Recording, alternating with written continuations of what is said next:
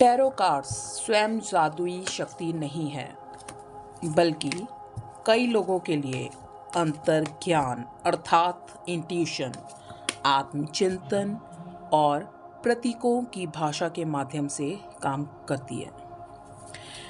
Tarot reading वास्तव में क्या काम करती है? टैरो कार्ड्स काम करते हैं या इंट्यूशन काम करते हैं? हेलो मेरे soul friends, welcome back to your channel which is Arcana divine guidance. आज हम एक ऐसे सवाल पर बात करने वाले हैं जो लगभग हर टैरो प्रेमी के मन में कभी ना कभी आता होगा। क्या वास्तव में टैरो रीडिंग काम करती है? अगर करती है तो क्या कार्ड्स में कोई शक्ति होती है या फिर रीडर्स की इंट्यूशन काम करती है, या दोनों में कोई संबंध है या दोनों में ही कोई संबंध नहीं है? आइए तो इस विषय में बात करें बिना किसी अंधविश्वास और बिना किसी डर के। चलिए मैं आपको समझाती हूँ। सबसे पहले हमें समझना होगा कि टैरो कार्ड्स क्या है। टैरो कार्ड्स क्या है? टैरो कार्ड्स 78 कार्ड्स का एक सिस्टम है जिसमें अलग अलग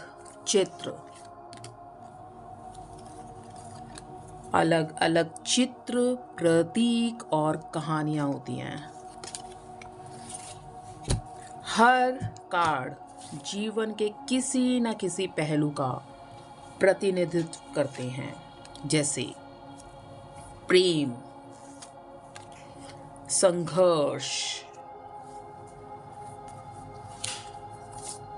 अवसर,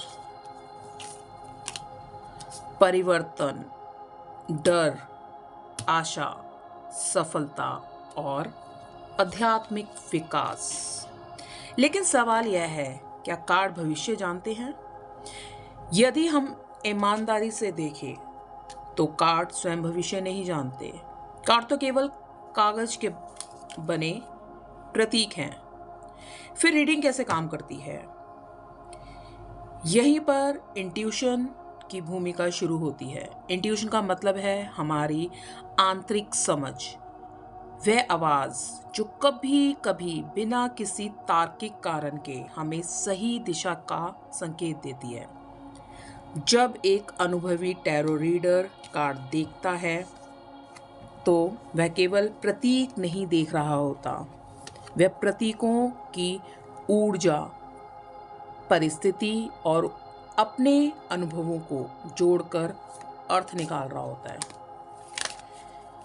वह प्रतीकों, ऊर्जा और परिस्थिति से अपने अनुभवों को जोड़कर अर्थ निकाल रहा होता है। यानी कार्ड एक भाषा है और इंट्यूशन उस भाषा को पढ़ने की क्षमता। इसे ऐसे समझिए, यदि किसी व्यक्ति के पास दुनिया की सबसे अच्छी किताब हो, किसी व्यक्ति के पास, और किसी व्यक्ति को भाषा आती ही ना हो, तो वह किताब से ज्ञान प्राप्त कर सकता है? नहीं। ठीक वैसे ही कार्ड्स और इंट्यूशन साथ मिलकर काम करती है। अगर एक और महत्वपूर्ण प्रश्न की बात करेंगे, क्यों कई बार टैरो रीडिंग बिल्कुल सही लगती है? इसके कई कारण हो सकते हैं। पहला कारण कि रीडिंग आपकी वर्तमान ऊर्जा को दर्शाती है। दूसरा कारण, कार्ड्स अक्सर उन भावनाओं को सामने ला देते हैं जिसे हम स्वयं नजरअंदाज कर रहे होते हैं। तीसरा कारण, जब हमें स्पष्टता मिलती है तो हम बेहतर निर्णय लेते हैं और भविष्य की दिशा बदल जाती है। लेकिन क्या टैरो हमेशा 100% सही होती है? नहीं, क्योंकि भविष्य पत्थर पर लिखा हुआ नहीं होता। हमारे डिसीजंस, हमारी सिचुएशंस, हमारी फ्री विल लगातार भविष्य को बदलती रहती है। इस डेक में भी कुछ कार्ड मेजर अरकाना है, कुछ माइनर अरकाना है। मतलब कुछ चीज़ें आपकी डिसाइडेड है, कुछ इवेंट्स डिसाइडेड हैं, पर कुछ चीज़ें ऐसी हैं जो आप अपनी फ्री विल के थ्रू बदल पाएंगे। इसीलिए कोई भी पूरा अनुमान नहीं लगा पाएगा आपके भविष्य का, और आप अपना भविष्य बदलने की ताकत अपने हाथों में रखते हैं थ्रू योर कर्मास। इसे एक मार्गदर्शक के रूप में देखना चाहिए। अब बात करते हैं कलेक्टिव रीडिंग की। यूट्यूब पर हजारों लोग एक ही रीडिंग देखते हैं। क्या एक रीडिंग सबके लिए सही होती है? नहीं, क्योंकि हर व्यक्ति की सिचुएशन अलग है।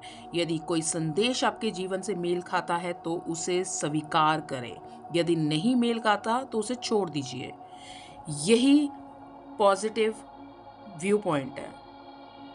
और एक और सवाल, क्या इंट्यूशन केवल टैरो रीडर्स के पास होती है? बिल्कुल भी नहीं।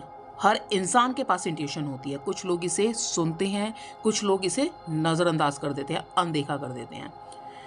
टैरो कई लोगों के लिए उस इंट्यूशन को जागृत करने का एक माध्यम बन जाती है, थ्रू मेडिटेशन, थ्रू प्रैक्टिसेस। अब मेरा पर्सनल एक्सपीरियंस जो है, कंक्लूजन जो है वो ये है, मेरे अनुसार टैरो कार्ड अकेले काम नहीं करते। इंट्यूशन अकेली भी सीमित हो सकती है, लेकिन जब प्रतीक, अनुभव, अवलोकन और इंट्यूशन एक साथ आते हैं तब एक सार्थक रीडिंग बनती है। इसलिए आप टैरो देखते हैं तो उसे डर या अंधविश्वास से नहीं, बल्कि पूरी जागरूकता के साथ देखें। कार्ड्स को सलाहकार समझिए, मालिक नहीं। वो आपको गाइड करता है, आपको सिचुएशन देख के आपको राय देता है, एडवाइस देता है, ना कि आपको एक ऑर्डर दे रहा है। आपका जो डिसीजन है उस वो लेने की शक्ति आप सिर्फ अपने पास रखिए। याद रखिए, सबसे बड़ी शक्ति किसी कार्ड में नहीं होती, किसी रीडर में नहीं होती, बल्कि आपके भीतर होती है। Thank you so much.